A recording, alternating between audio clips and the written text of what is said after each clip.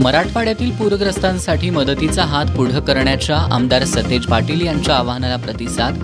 आज दुसऱ्या दिवशी मदतीचा ओघ.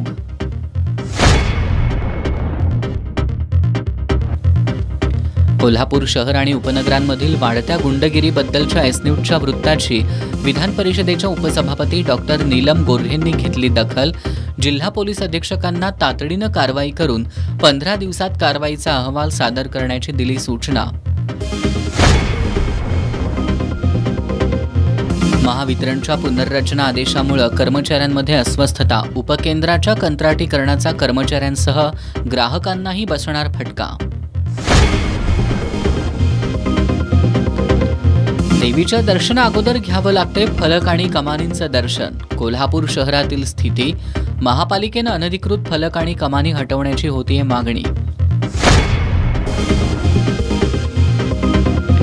आणि स्वाभिमानी शेतकरी संघटनेची 24वी ऊस परिषद 16 ऑक्टोबरला जयसिंगपूरमध्ये होणार.